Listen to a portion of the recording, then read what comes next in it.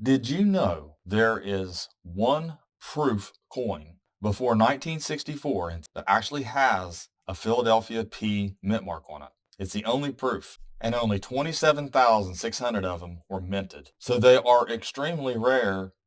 I'm going to explain why this is important in this video, because I think this is a huge sleeper opportunity for those of you who like to collect rare coins that you can get for low prices.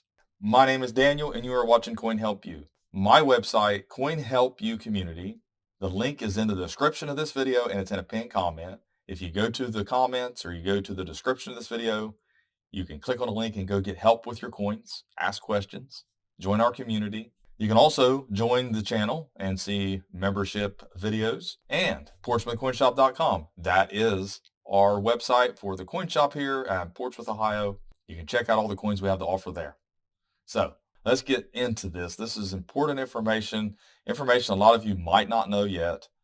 And a fairly modern coin that only has 27,600 mintage. That says a lot. That's huge. But why are they not worth that much money? Why are they so easy to obtain? Let's look at this. Let's see what we're talking about here. So it is the 1942 silver Type 2 Jefferson Nickel. It's the only proof that has a Philadelphia mint mark. And when you look at the mintages and the value in the price guide here, 27,600, as I've already said, was minted. This is 56% copper, 35% silver, and 9% manganese. The value, I mean, if you found one and ended up grading 69, which is so rare, I mean, there's only one graded since 1940s. I mean, since 1980s, they started grading coins and putting them in slabs like PCGS, $32,500. And that is crazy because you would think something like that would be worth 100 or so. And not only that, when you see most of them are graded 66, 65, and 64. So most of them will grade 64 to 65. Some of them are graded by NGC, some of them are graded by Annex, and there's a lot of them out there probably still that haven't been graded. They're still in the proof sets because these were in the proof sets. You look at $125 for a coin that has less than 28,000 mintage, and you can still buy it for $125 or less. Same with the 66. You can buy it for $175. I mean, to me, that's just such a low value. Is it because people just don't like nickels? I mean, that's probably part of it. They're just not that great of a design for people, or just not that collectible. I don't know, but they're still a rare U.S. coin. And the only one, I mean, I'm surprised no one's bought up as many 42s as they can with the mint mark and promoted it that way. The perfect example for Mike Mezak and them to give them no ideas. But seriously, that's very, it is historical, to use one of their words. But anyway, it's not the only one. We also have all of these proofs from 1938 to 1942. And then they stopped making the proof nickels in 42 and proof sets in general until 1950. But when you look at all these mintages of these coins, I'm on my red book here, and the 38 is 19,365. The 39 is 12,535. The 1940 is 14,158, and you can come over here, or you get your red book, or you can come over here to PCGS, and you click on each one of these and check out the mintages. But the main thing that I'm looking at here is the values. Look how much they're worth. In just the lowest grades, you can obtain extremely rare proof Jefferson Nickels, and most of these and they're all going to have full steps. That means nothing. They're full steps.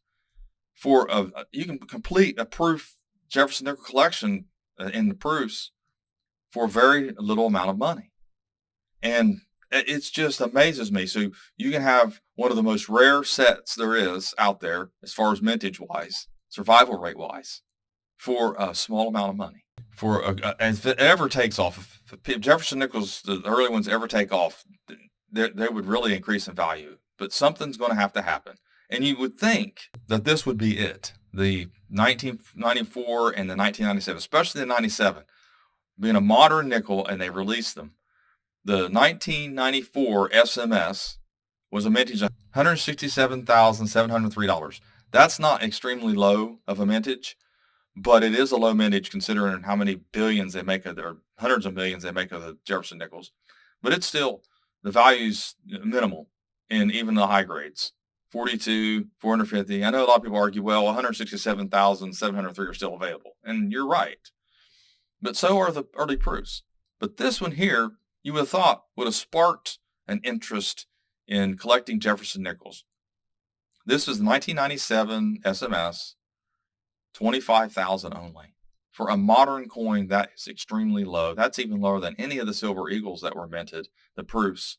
I think 30,095W.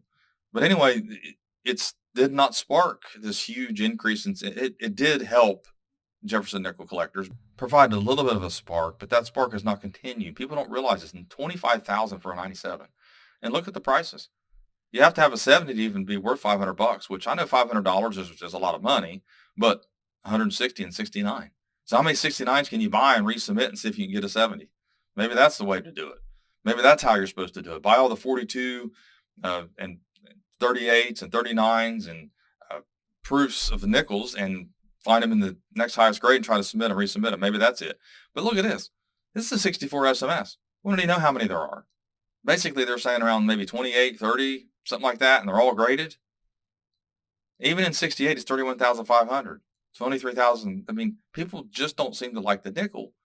I mean, it's worth on par in 68 as what the 42 is in 69.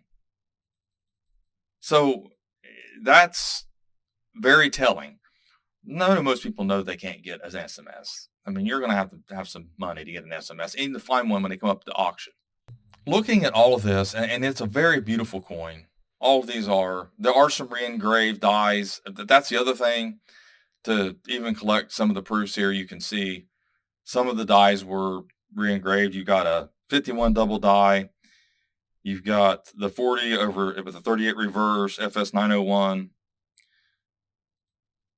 The 38, here's re-engraved for the 38. They've got a little bit more value to them. So you can find those as well. So if you want to complete a collection, you can still complete a collection for a minimal amount of value that it would cost you to complete a collection of other coins that are more popular, but it would cost you a lot more money. A lot more money. If these were Morgan dollars or even Walking Liberty half dollars, I mean, those series are so popular that it would just skyrocket the value here. And while we're talking about the set, I actually have a complete set I was able to buy recently off of a viewer. And it has the 38 and 65. It has the 39 reverse of 38. It's the 1940. And let's see here.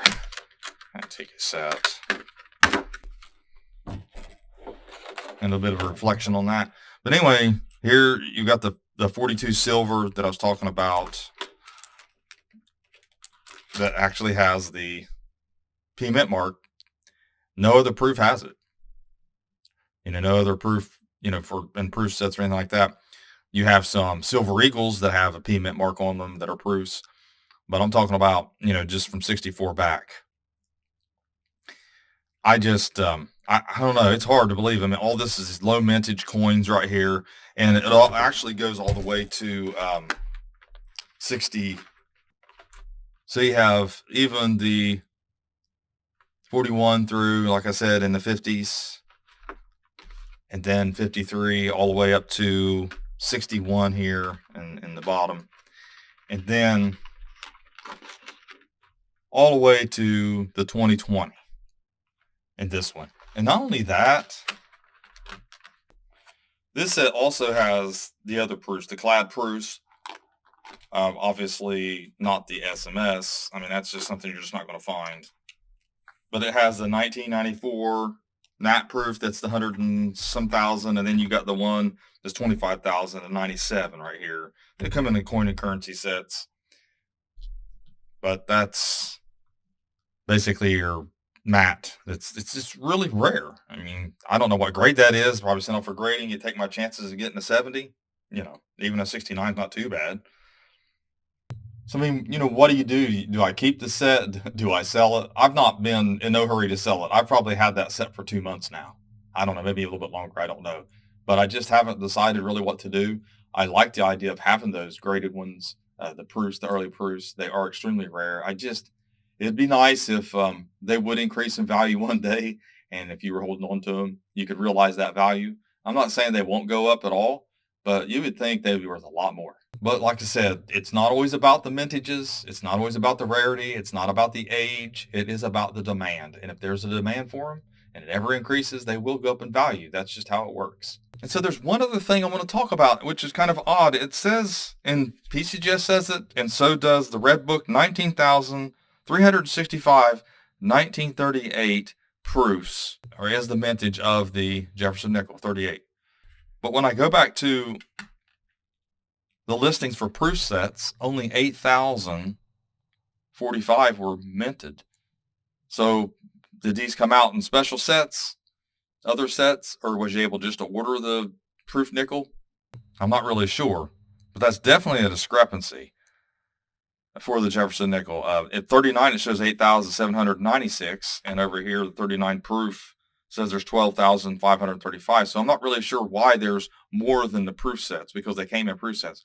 So if anybody out there knows that you can order these outside of the mint without being in a proof set, why there's this discrepancy with the Red Book's mintages on the actual proof sets versus the proofs themselves as far as the Jefferson Nickel is concerned. So that's a little bit of homework to do. So thanks for watching my latest video. Please like, share, and comment, and have a great day.